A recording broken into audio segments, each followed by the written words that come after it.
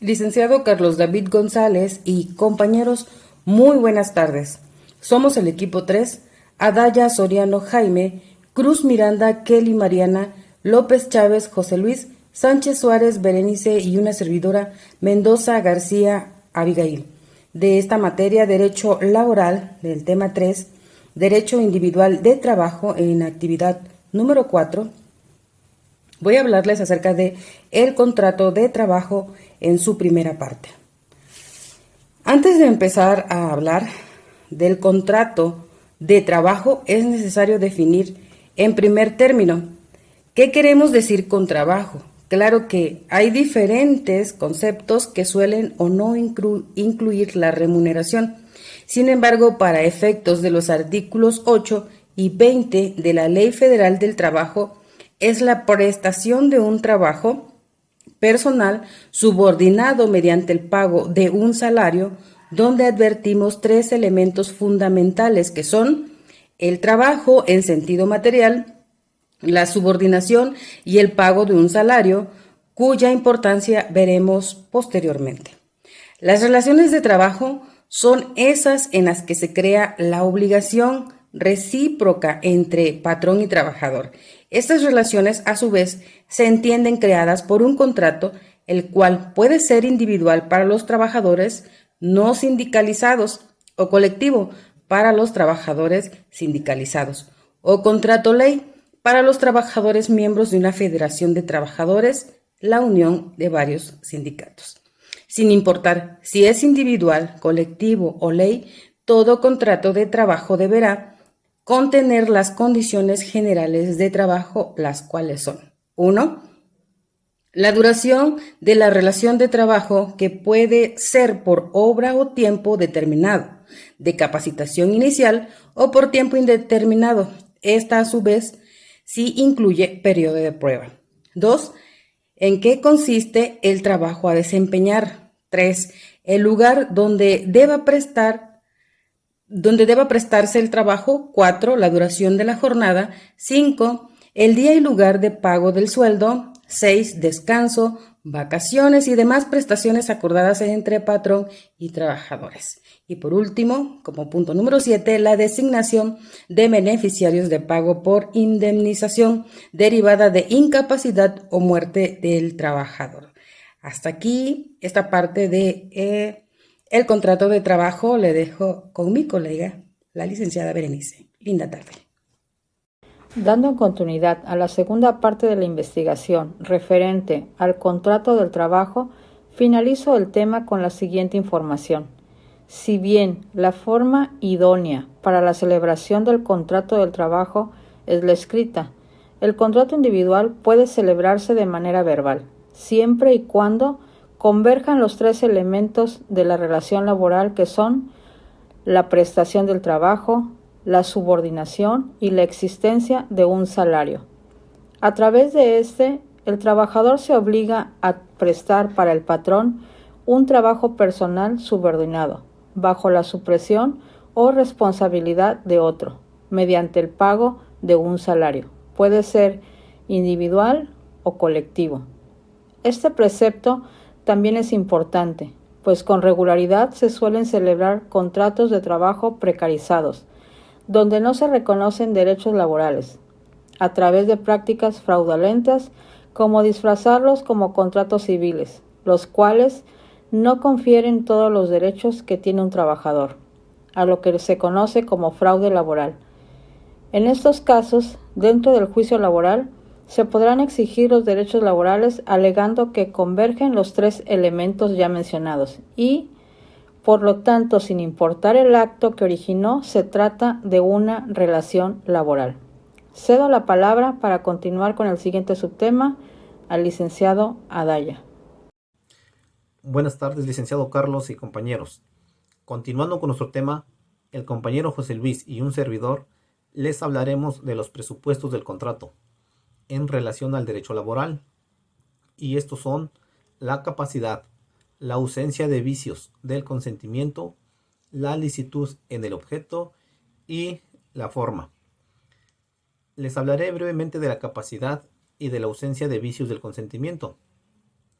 En la capacidad La Constitución y la ley prohíben el trabajo de los menores de 14 años y el de los mayores de esa edad, pero menores de 16 años que no hayan terminado la educación obligatoria y que no tengan autorización de sus padres o de su tutor, y a falta de ellos, del sindicato a que pertenezcan, o ya sea de la Junta de Conciliación y Arbitraje, y también puede ser del inspector de trabajo o de la autoridad política establecido en los artículos 123, párrafo tercero constitucional y el artículo quinto, fracción primera y artículos 22 y 23 de la Ley del Trabajo.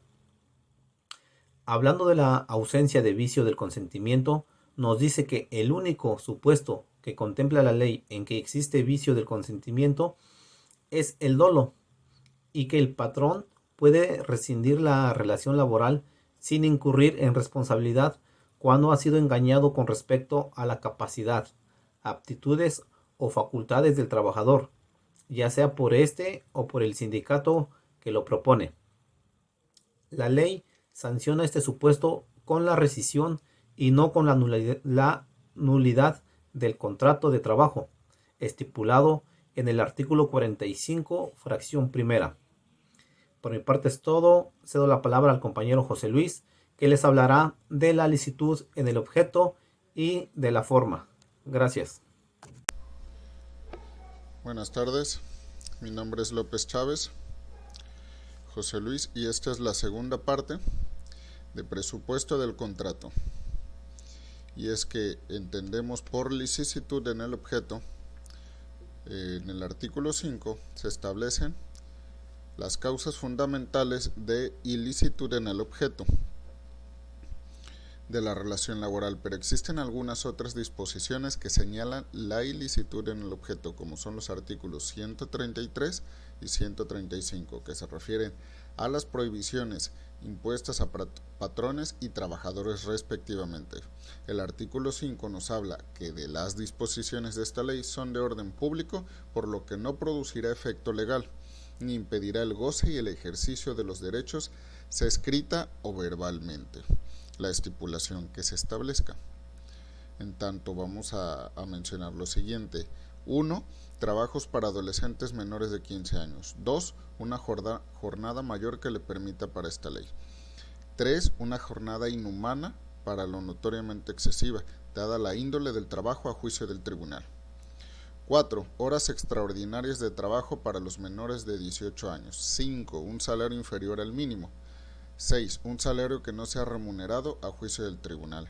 7. Un plazo mayor de una semana para el pago de los salarios a los obreros y a los trabajadores del campo.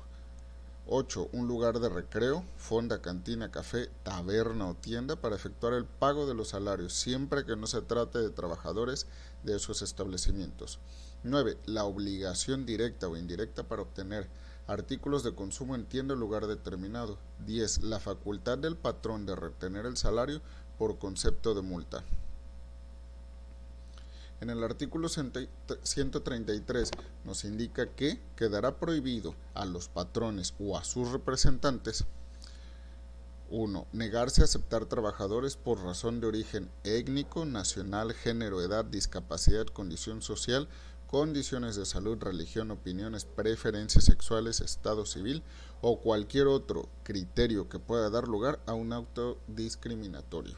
2. Exigir a los trabajadores compren sus artículos de consumo en tienda o lugar determinado. 3. Exigir aceptar dinero de los trabajadores como gratificación porque se les admite en el trabajo o por cualquier otro motivo que se refiera a las condiciones de este.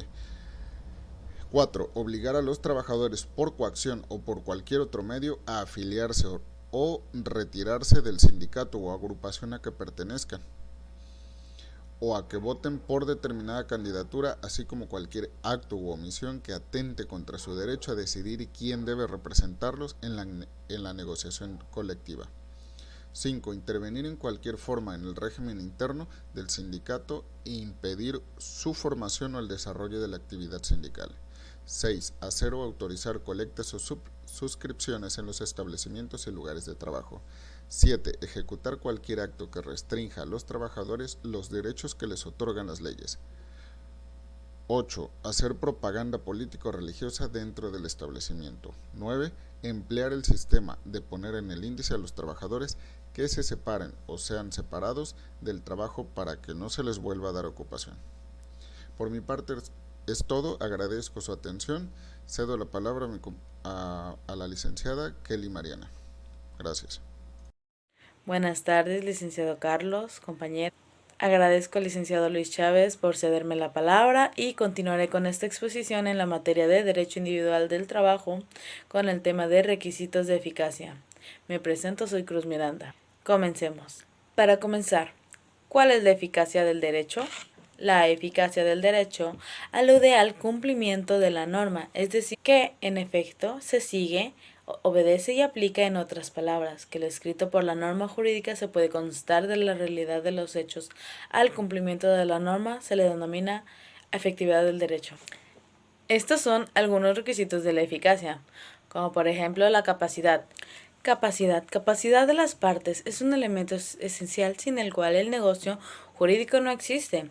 Exigencia de capacidad jurídica. Solo excepcionalmente se permitió obligarse a los no sujetos del derecho o que actuaran en nombre de otro. Además de capacidad jurídica, se exigió capacidad de obrar. Aquí se introduce el elemento histórico de forma más variada. Manifestación de la voluntad. La declaración o manifestación de la voluntad es un elemento esencial de todo negocio jurídico para que tal declaración sea válidamente manifestada. Históricamente se ha exigido que se emite libre y conscientemente, que no presente ninguno de los vicios que se recogen en el epígrafe siguiente. Efectos jurídicos de la negligencia. Se trata de las obligaciones surgidas del derecho causado culposamente o por negligencia, cuando por falta de descuidado, por imprudencia o impericia se causó un daño, pero sin que ocurra la intención de dañar, en cuyo caso se estaría en el supuesto visto en el epígrafe anterior. Actos antijurídicos que generan obligaciones. También los actos antijurídicos pueden obligarse derecho romano. La comisión de un delito genera en una obligación doble la pena que tiene un carácter punitivo, no reparador. Por eso quedaba abierta una obligación por resarcimiento de la cosa perdida que genera también una obligación. También las exigencias de actos administrativos para la validez de los actos jurídicos. En nuestro derecho histórico ha sido frecuente la fijación de determinados actos de tipo administrativo para la validez de los actos jurídicos. A partir del sistema jurídico medieval se amplía enormemente la existencia de actos administrativos, recepción del derecho común, se consolidan progresivamente a medida del Consejo se conforma. Con esto finaliza la exposición del equipo número 3. Mis compañeros y yo agradecemos la atención prestada y esperamos que tengan una muy buena tarde. Y esperamos la exposición haya sido de su agrado y los temas fáciles de explicar. Gracias.